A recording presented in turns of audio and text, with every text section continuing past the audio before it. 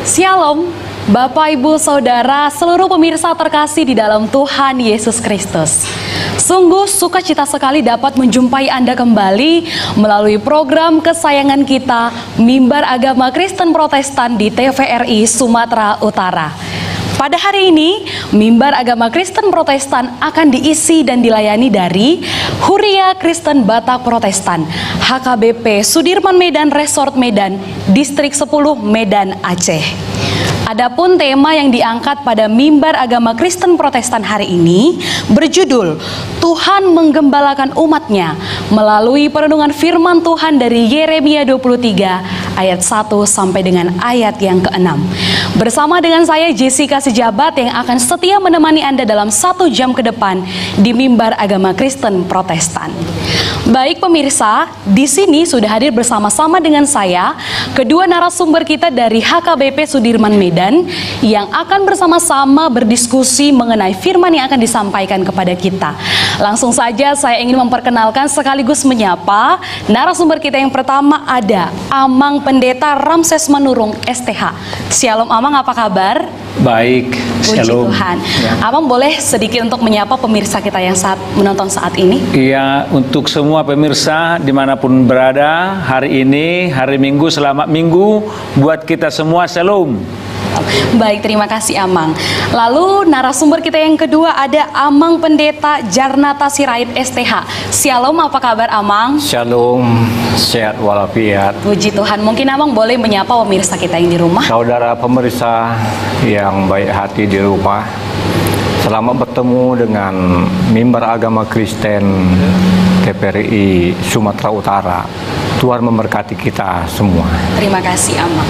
Baik seluruh pemirsa yang terkasih di dalam Tuhan Yesus Kristus, sembari kita mempersiapkan hati dan pikiran kita untuk menerima firman Tuhan yang akan disampaikan oleh Amang Pendeta Ramses Manurung. Kita berdoa. Damai sejahtera Allah yang melampaui segala akal dan pikiran manusia, itulah kiranya yang memelihara hati dan pikiran saudara sekalian di dalam nama Kristus Yesus Tuhan kita. Amin. Bapak Ibu Saudara sekalian, di dalam nama Tuhan kita Yesus Kristus, hari ini firman Tuhan yang menjadi renungan bagi kita dari kitab Nabi Yeremia pasal 23 dimulai dari ayat pertama sampai dengan ayat yang ke-6. Saya akan bacakan untuk kita semua. Demikian firman Tuhan. Celakalah para gembala yang membiarkan kambing domba gembalaanku hilang dan terserak. Demikianlah firman Tuhan. Sebab itu beginilah firman Tuhan Allah Israel terhadap para gembala yang menggembalakan bangsaku. Kamu telah membiarkan kambing dombaku terserak dan tercerai-berai, dan kamu tidak menjaganya. Maka ketahuilah, aku akan membalaskan kepadamu perbuatan-perbuatanmu yang jahat. Demikianlah firman Tuhan. Dan aku sendiri akan mengumpulkan sisa-sisa kambing dombaku dari segala negeri kemana aku mencerai-beraikan mereka, dan aku akan membawa mereka kembali ke padang mereka. Mereka akan berkembang biak dan bertambah banyak. Aku akan mengangkat atas mereka gembala-gembala yang akan menggembalakan mereka, sehingga mereka tidak takut lagi, tidak terkejut, dan tidak hilang seekor pun. Demikianlah firman Tuhan. Sesungguhnya waktunya akan datang, demikianlah firman Tuhan, bahwa aku akan menumbuhkan tunas adil bagi Daud. Ia akan memerintah sebagai raja yang bijaksana dan akan melakukan keadilan dan kebenaran di negeri. Dalam zamannya Yehuda akan dibebaskan dan Israel akan hidup dengan tenteram. Dan inilah namanya yang diberikan orang kepadanya, Tuhan keadilan kita. Demikian firman Tuhan. Bapak Ibu Saudara sekalian, dalam nama Tuhan kita Yesus Kristus, pertama kita harus ketahui bersama bahwa konsep kepemimpinan di Israel zaman perjanjian lama, walaupun ada raja, Tetapi kepemimpinan itu selalu disebut dengan sistem pemerintahan yang teokrasi, yaitu Allah memerintah, Allah yang berkuasa. Adapun raja itu adalah perpanjangan tangan Tuhan untuk mengarahkan, memimpin umat Israel tersebut. Bapak Ibu Saudara sekalian, Yeremia dipanggil Tuhan untuk mengingatkan umat Israel. Ketika itu raja-raja di sana, termasuk pada waktu itu Raja Joahaz, Joyakim dan Sedekia, mereka membawa umat Israel itu berpaling dari Tuhan, menyembah dewa-dewi, ilah-ilah yang lain, sehingga Tuhan pun marah atas keberlakuan yang sedemikian. Maka pada nats ini, para raja dan penjaga Israel itu, konsep kerajaan di Israel itu sebagai raja juga bukan sebagai raja yang kita ketahui, ya. Raja yang kita ketahui biasanya memerintah atas kuasa, berkuasa begitu. Tetapi raja dalam konsep Israel itu adalah penjaga dan disesuaikan, disamakan dengan gembala atau penjaga. Itulah yang ada di sini.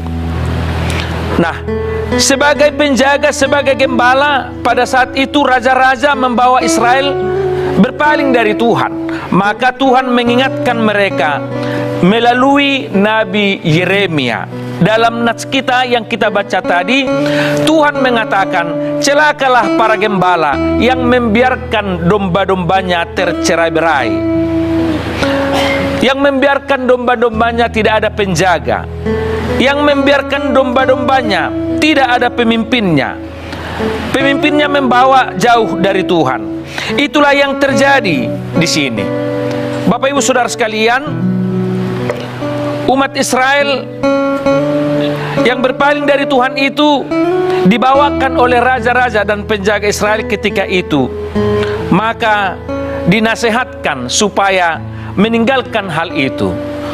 Seperti kita ketahui bahwa Allah sejak semula tidak pernah menghukum umatnya tanpa sebelumnya Tuhan memberikan aturan dan peringatan. Tuhan sudah membuat aturan, sama seperti peristiwa ketika manusia pertama hidup di Taman Eden itu. Di Taman Eden, ya, Allah membuat aturan, yaitu tidak boleh memakan buah pohon di tengah Taman Eden itu. Itulah peraturan pertama. Tetapi Adam dan Hawa melanggar itu, maka Tuhan menghukum. Demikianlah selanjutnya biasanya kalau ada peraturan yang dilanggar, maka Tuhan menghukum mereka. Demikian pada saat ini, peringatan-peringatan yang Tuhan berikan lewat nabi-nabi, umatnya tidak peduli. Akhirnya dalam konteks Yeremia itu mereka terbuang ke Babel.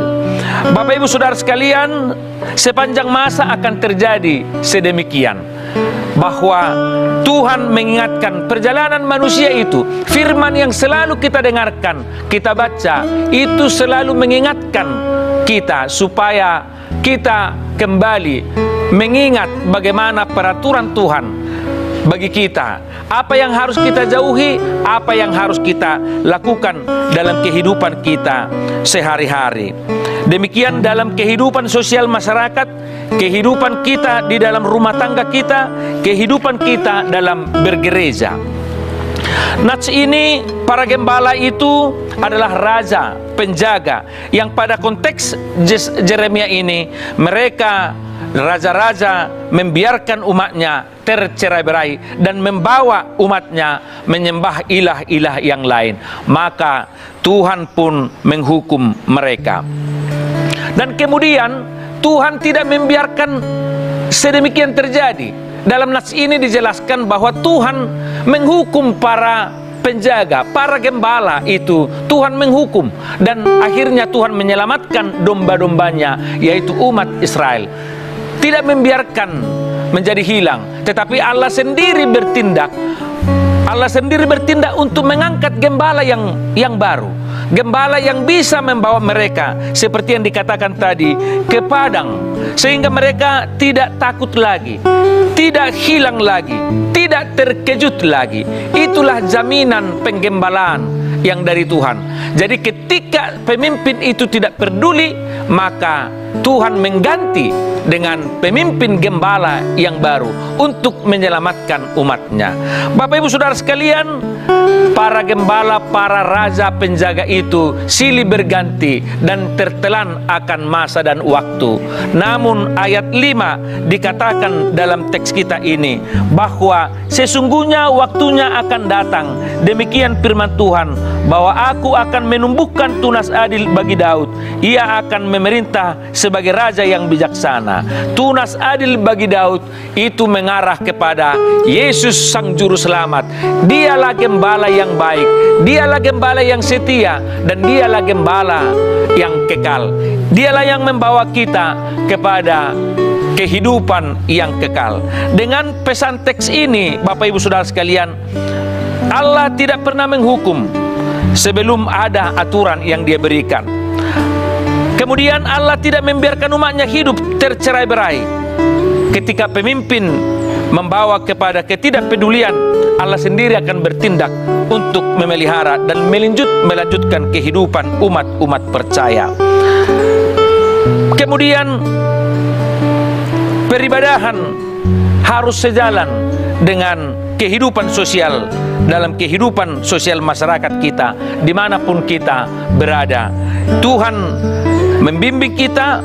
Tuhan dalam hal ini, tunas Daud itu adalah gembala yang abadi dan kekal. Dialah yang membawa kita kepada kehidupan yang kekal. Tuhan memberkati kita. Tuhan membimbing umatnya menjalani kehidupan ke depan. Amin. Kita berdoa. Terima kasih Bapa atas firman-Mu kepada kami. Firman mengingatkan supaya kehidupan kami sebagai umat pilihan-Mu tetap setia kepadamu ya Tuhan. Biarpun pemimpin silih berganti, tetapi Engkaulah pemimpin kami yang abadi. Berkatilah kami, berkati umat-Mu dimanapun mereka berada. Tuhan memberkati firman-Mu menjadi kehidupan bagi kami. Dalam nama Kristus kami berdoa dan bersyukur. Amin. Terima kasih pemirsa yang terkasih karena masih setia bersama dengan kami di Mimbar Agama Kristen Protestan hari ini. Tadi kita sudah mendengarkan firman Tuhan yang begitu luar biasa, berikut juga dengan persembahan pujian. Biarlah kiranya setiap pujian dan persembahan yang terbaik kita boleh kembalikan untuk kemuliaan nama Tuhan. Terpujilah Tuhan. Baik pemirsa terkasih, kini tiba saatnya kita masuk kepada ruang diskusi bersama dengan kedua narasumber kita untuk membahas lebih lagi terkait dengan firman Tuhan yang telah disampaikan kepada kita tadi. Baik kepada Amang Pendeta, terkait dengan yang sudah disampaikan tadi firman Tuhan, yang ingin saya tanyakan kepada Amang Pendeta yang pertama terlebih dahulu adalah, Amang, siapakah kambing domba yang dimaksud dalam nats kita hari ini? Iya, terima kasih. Ya, dalam konteks yang tadi itu, kambing domba yang dimaksudkan di sana adalah umat Israel itu sendiri, ya, sebagai kambing domba, dan di raja-raja itu sebagai penjaga atau gembala. Yang pada konteks Yeremia itu para raja-raja membawa domba, membawa umat itu berpaling dari Tuhan, itu sebenarnya. Lalu ya sebagaimana umat pilihan itu, ya Tuhan marah bila mana seperti itu. Itulah yang harus diperhatikan sebenarnya. Sebagai pemimpin itu pengaruhnya bagaimana. Kalau salah membawa umatnya dibawa kemana. Itulah yang penting sebagai pemimpin itu, tunduk ke siapa, apa patron yang harus dipedomani. Kira-kira begitu. Jadi kambing domba itu adalah umat Israel itu. Umat Israel itu sendiri. Baik Amang. Lalu Amang tadi sudah dijelaskan bahwasanya dalam khotbah kita hari ini, bangsa Israel itu tercerai-belaikan karena adanya kepemimpinan yang tidak benar pada saat itu ya Amang. Lalu Amang, bagaimana ya respon umat yang tercerai-belaikan pada saat itu? Ya, responnya sebagai sebagai rakyat dia dengan adanya perintah terpengaruh. Nah, itulah yang sering terjadi di tengah umat itu. Ketika umat itu makmur, mereka mau meninggalkan Tuhan. Tuhan marah, lalu Tuhan menghukum. Mereka berseru, lalu mereka dijawab oleh Tuhan. Seperti itu yang sering terjadi di tengah-tengah umat Israel itu. Dan itu menjadi pengalaman sepanjang masa sebenarnya sampai kepada kita hari ini. Bagaimana kita menjaga kesetiaan kita beriman kepada Tuhan. Berarti Amang boleh dilihat bahwasanya bangsa Israel ini juga mengikut apa yang terjadi di kepemimpinan. Bagaimana kepemimpinannya, bahwa seperti itulah menjadi responnya bangsa Israel itu sendiri. Begitu Amang? Iya, kira-kira seperti itu. Baik ya, Amang. Lalu di sini juga tadi sudah dijelaskan pada khotbah kita. Lalu mengapa ya Amang? Apa penyebab para pemimpin itu mengeraskan hati mereka terhadap panggilan pertobatan yang Tuhan sudah berikan kepada mereka? Ya, mereka sudah menikmati itu sebenarnya. Terlena akan keadaan itu. Terlena akan keadaan itu, maka sepertinya mengeraskan hati karena sudah terpengaruh dengan keadaan. Sudah terpengaruh dengan kenikmatan yang ada. Dan selanjutnya kan kita tahu bahwa peraturan Tuhan itu biasanya ada mengikat, kira-kira begitu. Membatasi, kuasa membatasi ini, dan adalah ya. Seperti kehidupan sampai sekarang itu, hukum Taurat itu kan sepertinya membatasi. Orang-orang tidak bebas. Seperti itu yang mempengaruhi mereka. Sehingga sepertinya menjadi keras, terpengaruh. Itu sebenarnya yang yang lebih pas, mereka sudah terlena akan keadaan sehingga mereka terbawa jauh dari Tuhan oleh karena keadaan itu. Nah, maka firman itu disampaikan lewat nabinya supaya diingatkan. Ingat dulu kehidupanmu dulu, siapa yang memelihara hidupmu. Oleh sebab itu jangan coba-coba meninggalkan itu. Seperti itu peringatan dari Yeremia dalam konteks ini. Berarti Amang, mengapa mereka mengeraskan hati bisa juga kita sebutkan karena saking terlenanya mereka merasa bisa, mampu untuk menjalani hidup mereka sendiri. Begitu Amang? Iya, kira-kira begitu. Terima kasih Amang. Iya. Berikutnya saya kepada Amang Pendeta Jarnata Sirait. Ya. Pertanyaan pertama saya adalah, bagaimana Amang pengalaman yang Amang alami selama menggembalakan umat Tuhan di Gereja HKBP Sudirman Medan? Baik, selama kita melayani terlebih di Gereja HKBP Sudirman, yang pasti kita ketahui di situ HKBP Sudirman adalah gereja yang cukup besar di distrik 10 Medan Aceh.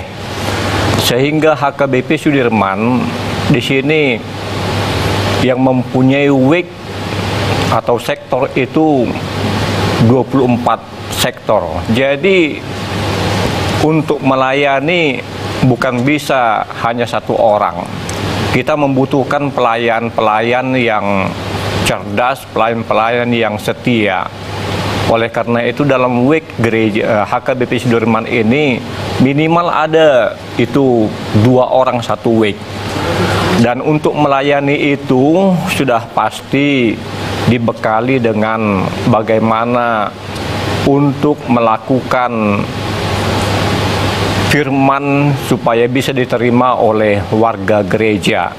Yang pasti setiap hari Senin kami mengadakan sermon di distrik, kemudian hari Selasa ada koordinasi, sekaligus dilanjutkan dengan sermon para majelis di HKBP Sudirman. Dan dari di situ ada pembagian-pembagian tugas yang mau kita lakukan, yang harus dilakukan setiap jemaat. Bukan cukup demikian saja. Di HKBP Sudirman juga itu membina kategori yang ada di Sudirman. Mulai dari sekolah minggu, remaja, pemuda-pemudi, kaum ibu, kaum bapak, bahkan lansia.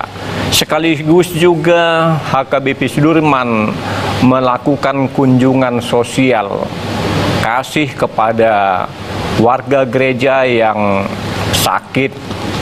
Itu kami lakukan. Gereja HKBP Sudirman menggembalakan semua warganya. itu cukup bagus dalam pelayanan yang diharapkan oleh firman Tuhan, sebagaimana Tuhan menggembalakan umatnya. Kami adalah perpanjangan tangan Tuhan. HKBP Sudirman adalah perpanjangan tangan Tuhan untuk melayani jemaatnya yang berada di Kota Medan, sekitar 2000 lebih kepala keluarga. Demikian. Baik Amang, sedikit saya ingin memperjelas. Tadi Amang mengatakan bahwa di HKBP Sudirman ini ada 24 sektor, yang dimana per sektornya itu dipimpin oleh 2 orang setua, begitu ya Amang? Minimal. Berarti ada 48 sekitar, begitu Iya, ya Amang? Lalu tadi Amang juga berkata bahwa mereka diberi bekal gitu. Iya. Nah ini saya ingin tanya Amang, bekal seperti apa yang diberikan kepada situa dalam melayani jemaat? Baik, bekal yang pasti kami membicarakan bagaimana setiap minggunya, setiap pelayanan apa yang harus kami berikan sesuai dengan topik minggu yang kita jalani. Karena setiap minggu itu berubah-ubah topik bahan pokok yang mau disampaikan kepada jemaat. Oleh karena itu hari Selasa kami pembagian tugas untuk pelayanan di setiap sektor atau week itu. Jadi jelas itu firman Tuhan nggak bisa diterima begitu saja secara hurufiah, tapi harus diaktualisasikan kepada warga jemaat yang dilayani. Terima kasih. Baik Amang, berarti luar biasa juga ya Amang bagaimana perjalanan pelayanan di HKBP Sudirman Iya, sendiri. demikian, Semoga kira-kira. kedepannya juga tetap Tuhan berkati ya Amang. Amin. Terima kasih pemirsa yang terkasih karena masih setia bersama dengan kami. Biar akhirnya setiap pujian yang terbaik kita boleh kembalikan untuk kemuliaan nama Tuhan. Terpujilah Tuhan. Masih bersama dengan kedua narasumber kita untuk melanjutkan diskusi kita yang sempat terhenti tadi. Baik, kepada Amang Pendeta Janata Sirait, masih menyambung yang tadi ya Amang. Terima kasih. Baik Amang, sepanjang perjalanan Amang, mungkin Amang boleh diceritakan ya, bagaimana yang Amang lihat respon daripada jemaat terkait dengan tema kita hari ini, Tuhan menggembalakan umatnya. Yang pasti jemaat HKBP Sudirman merasa gembira dengan pelayanan yang kita lakukan. Walaupun ada itu beberapa pihak, beberapa orang mungkin yang nggak suka, itu wajar di dunia ini. Sebaik-baiknya orang berbuat, ada yang nggak suka. Seburuk-buruknya orang juga ada yang menyukai. Yang pasti kita lihat sekarang seperti kaum ibu yang dari Polonia yang begitu indah menyanyikan nyanyian pujian, bahkan turut mendampingi pendeta kita, pendeta resort, pendeta Ramses Manurung, yang saat ini juga begitu antusias memberitakan firman Tuhan bahwa Tuhan adalah gembala kita. Jadi pada waktu itu juga yang kita ketahui ada nabi-nabi palsu yang disebut Hanaya, tapi yang membuat pemimpin terlena ini nggak masalah.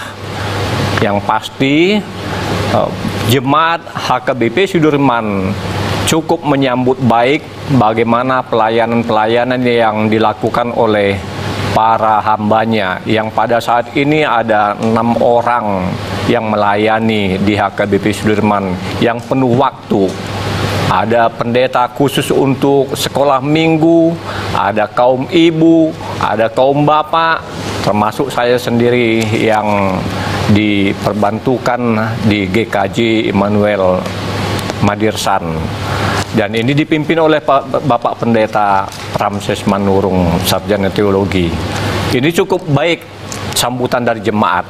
Terima kasih. Sukacita sekali berarti ya Amang. Iya, sangat bersukacita. Iya, puji Tuhan. Baik Amang, terima kasih. Saya kembali ke Amang Pendeta Ramses Manurung. Iya. Amang, pertanyaan saya yang berikutnya adalah, apa ya Amang yang menjadi tanda bahwa kita adalah umat yang sedang digembalakan oleh Tuhan? Ya, tandanya ya tentu kita melakukan apa yang difirmankan oleh Tuhan. Itu tandanya sebenarnya. Ya, apa tandanya? bagaimana kita menghidupi, ya, tidak terpisahkan antara kehidupan dalam ibadah dan dalam kehidupan sosial masyarakat. Itu tandanya. Jadi tidak boleh terpisah itu. Ora et labora, bekerja dan berdoa. Laborare et orare, artinya pekerjaanmu itu adalah doamu atau ibadahmu.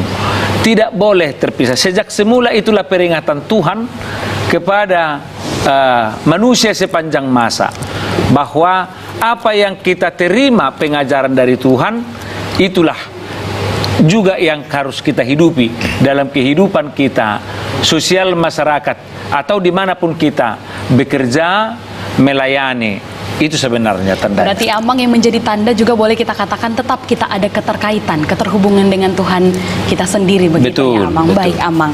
Lalu pertanyaan saya yang berikutnya adalah, bagaimana ya Amang yang menjadi respon yang seharusnya ketika kita sudah tahu, oh ternyata kita ini adalah umat yang sedang digembalakan oleh Tuhan, seperti itu?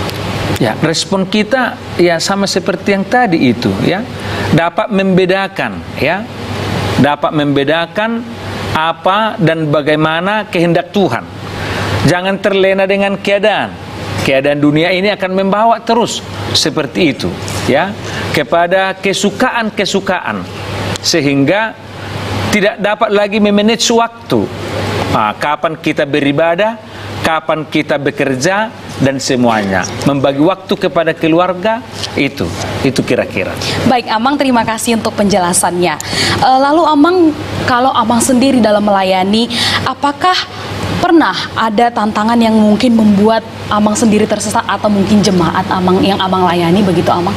Iya, tentu soal tersesat, ya bisa saja ada kesulitan-kesulitan seperti dibilangkan Abang tadi, Pendeta Sirait, selalu itu ada dalam pergumulan. Namanya sebuah kebenaran itu, ya, firman Tuhan itu, ya tentu tidak dapat, ya, menyenangkan semua orang, itu sudah realita kehidupan. Tetapi walaupun demikian, firman itu adalah sebuah kebenaran, harus disampaikan, ya, baik atau tidak baik waktunya. Namun kita juga harus membandingkan dengan konteks, itulah yang disebut kontekstual. Bagaimana sesuatu itu disampaikan supaya benar-benar bisa dipahami dan diterima, seperti itu. Oke, baik Amang, berarti tentunya di setiap pelayanan pasti ada kesulitan, begitu ya Amang. Baik Amang, sebelum kita mengakhiri perjumpaan kita hari ini, saya ingin Amang berdua untuk memberikan closing statement kepada pemirsa kita. Mungkin boleh dimulai dari Amang Pendeta Jarnata Sirait STH. Saya persilahkan Amang. Terima kasih. Yang pasti dalam kehidupan kita ini di dunia, kita harus yakin, percaya Tuhan yang menggembalakan umatnya selalu ada di samping kita. Sebagaimana dalam perjanjian lama dikatakan Tuhan kepada bangsanya Ebenezer, Tuhan menyertai. Dalam perjanjian baru ditegaskan lagi dengan kata yang begitu singkat, Immanuel, Tuhan ada bersama kita. Jadi apapun tantangan yang kita hadapi, kita harus yakin, percaya Tuhan menggembalakan kita umatnya. Terima kasih. Terima kasih Amang untuk closing statement yang begitu luar biasa ya Amang. Mungkin saya boleh kembalikan kepada Amang Pendeta Ramses Manurung STH, atau sedikit juga boleh memberikan closing statement kepada pemirsa tentang bagaimana agar kita tidak disesatkan oleh para pemimpin-pemimpin palsu saat ini Amang. Iya, terima kasih. Kita semua mengetahui bahwa ketika kita mendengarkan firman, itu petunjuk kehidupan, mengarahkan kehidupan kita supaya kita tetap dalam koridor, dalam kehendak Tuhan. Sepanjang kehidupan kita, kita harus memperhatikan bagaimana firman itu berbunyi untuk mengingatkan setiap zaman ada orangnya dan setiap orang ada zamannya. Di sanalah kita mendengarkan firman sebagai petunjuk kehidupan kita dimanapun kita berada, apapun kegiatan kita. Nah, kemudian para pemimpin harus kembali kepada dasar itu, yaitu firman Tuhan, supaya jangan ada terlena.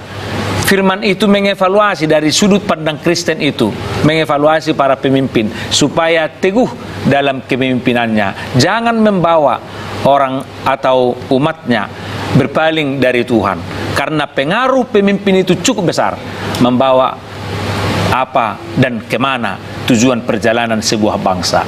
Kiranya Tuhan memberkati para pemimpin supaya eksis dan setia dalam imannya kepada Tuhan. Demikian. Baik Amang, terima kasih.